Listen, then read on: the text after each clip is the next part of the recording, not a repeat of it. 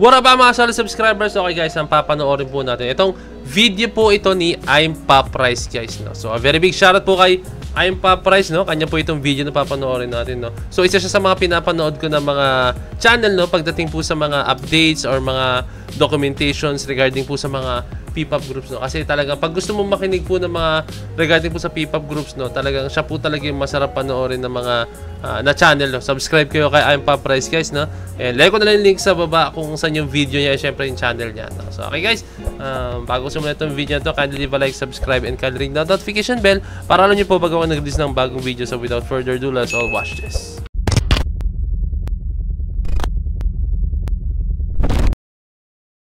Okay, let's go. So much has been happening lately with SB19. Each member has their own events, and we'll cover that in my next video.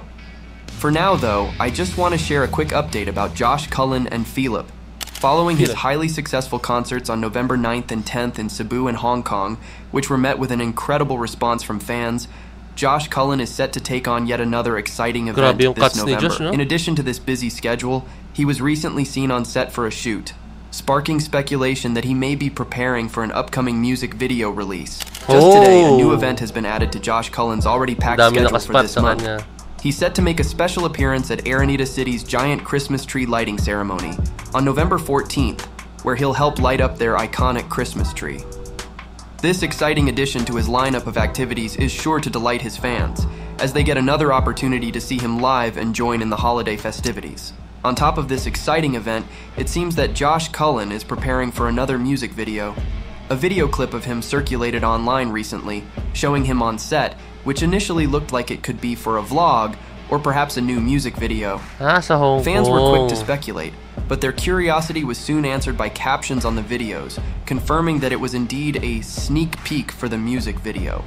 The music used in the clip was 1999, so could we finally be getting a music video for it? We're definitely excited to find out. Philip recently participated in Warner Music Philippines' We Play Here school tour, with its second leg held at Ateneo de Manila University on November 9th, 2024. During this event, he performed 4 of his recent tracks as part of a lineup featuring other local artists.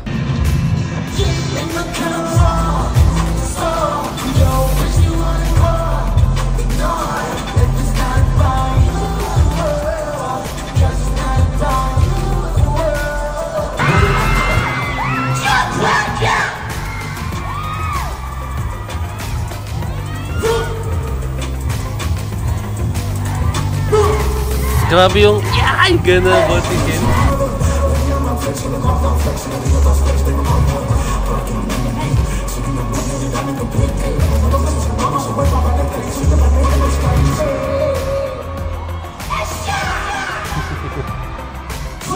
Asya! Nangas eh.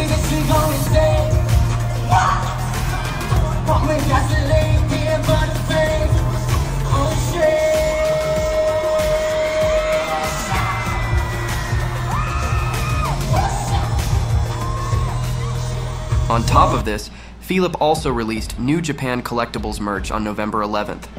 This collection includes a tote bag, VIP lanyard, acrylic stand, photo card, and pouch. The full set is priced at 1,600 Philippine pesos. As expected, it didn't even last for a day. According to fans, the collections were already sold out in just 2 minutes. Clearly, it's a sign of overwhelming support from his fans. To add to this, Philip's album 7 Sins has once again re-entered the iTunes Philippines Top Albums chart at number 1, 4 months after its release. Apart from dominating the iTunes charts, Philip's album 7 Sins has also ranked number 1 on Amazon Japan, further solidifying his international success.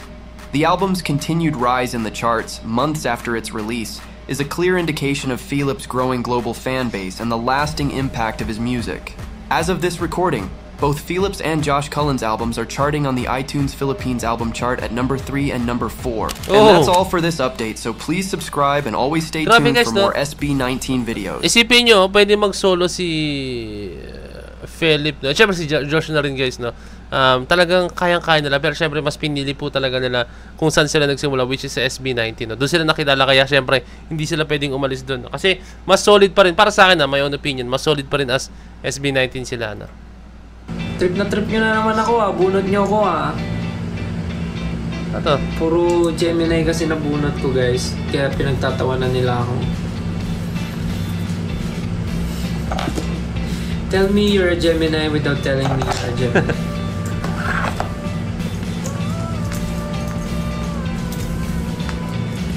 Good night po sa matutulog na. I love you. Good night. Oh, napaka-sweet naman. Okay guys, panoorin natin sa ibang video po ito. No? I think, ayan, recent live po ito. No? New merchandise. Okay? So, may kita na dito more on. Okay guys, panoorin natin sa... Uy, grabe. Ang epic naman ng gaming chair ni Stel. No? Sana all naman may ganyan. No? Ang asong gaming chair ni Stel. No? Okay. Saan na ba tayo? Okay guys. Siguro simulan po muna doon sa sa music video ni Josh, no. So, meron po tayong abangan na music video po ni Josh, no. And isa po ito sa mga gusto nating kasi tingnan niyo guys, yung dating niya and ewan ko guys kung nagkataon lang pero di ko rin alam guys kung sinadya talaga nila puntahan sa Hong Kong na doon sila mag-shoot, no. Kumbaga yung effort guys, no. Yung effort pa lang, no. 'Di ba? Kaya syempre di ba, kung gagawa ka ng music video, bakit ka pupunta ng Hong Kong, no? Bakit ka pa magsasayang ng oras or magsasayang syempre ng, hindi mo magsasayang, no? Kumbaga, gagastos para lang makagawa ng music video. Dito makikita guys na talagang pag gumagawa sila ng music video project, talagang all out po talaga sila, no? Hindi sila yung na yung mga ginagastos natin like ganyan, lalo yung mga merch, lalo na po yung mga pagsuporta na sa kanila, pagpunta sa mga concerts nila, no? Yung iba sinasabi overpriced daw, 'di ba? Pero ito po yung sinusukli nila sa atin, no. Yung mga quality music videos, quality music, quality performance po talaga, no. Hindi na, kasi mahirap din guys like alam mo 'yun, yung hindi yung equal yung balik sa kanila, no, 'di ba? Mahirap naman guys yung ganun kasi tandaan niyo guys, napapagod din yung mga yan. May sarili rin po silang kailangan paggastusan, kailangan din po talaga nilang gumastos sa sarili nila and mga expenses din po nila, no, 'di ba? Kaya kung halimbawa may mga, kasi guys nakikita na rin minsan meron mga nagsasabi na ang overpriced daw ng merch nila, ang masyado daw mahal, dapat daw may mga nakikita ko mga comments na gano'n, no? So sa mga malawak ang utak dyan, I'm very sure guys alam nyo kung bakit ganun po minsan yung presyohan ng merch nila, no? Dahil po yun sa yun po, no? Dahil kailangan nilang kumuha ng, hindi naman kumuha pero kailangan din nila ng funds guys, no? Para sa mga quality music videos, no? And at the same time naman guys, yung nire-release po nilang merch guys, hindi po yan to the point na yung merch na eme-eme lang, no. Quality po talaga guys, quality yung mga merch po talaga nila, no? Okay? Next tayo dito kay Philip. Isa ko na gusto ko kay Philip guys, yung stage presence niya, no. Yung stage presence niya pag kumakanta, talaga napaka-solid, no. Yung dating niya, yung yung aura niya po talaga, lalo yung scream niya. Ang galing ni Ken. Nakakabilib po kung paano siya no. So ito yung sinasabi ko kanina ng mga merch, no.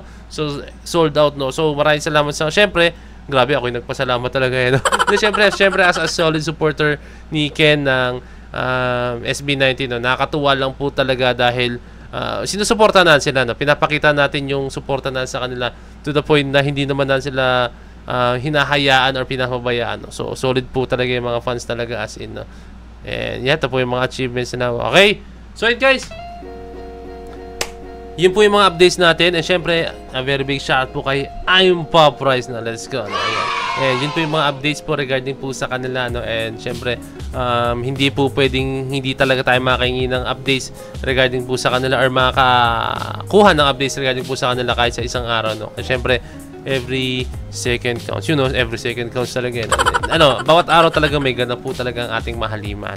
So, okay guys, kindly leave a like, subscribe, and kindly ring the notification bell para alam niyo po pag ako nag-release ng bagong video. So maraming salamat. So this is Point of It signing out. Peace. Let's see.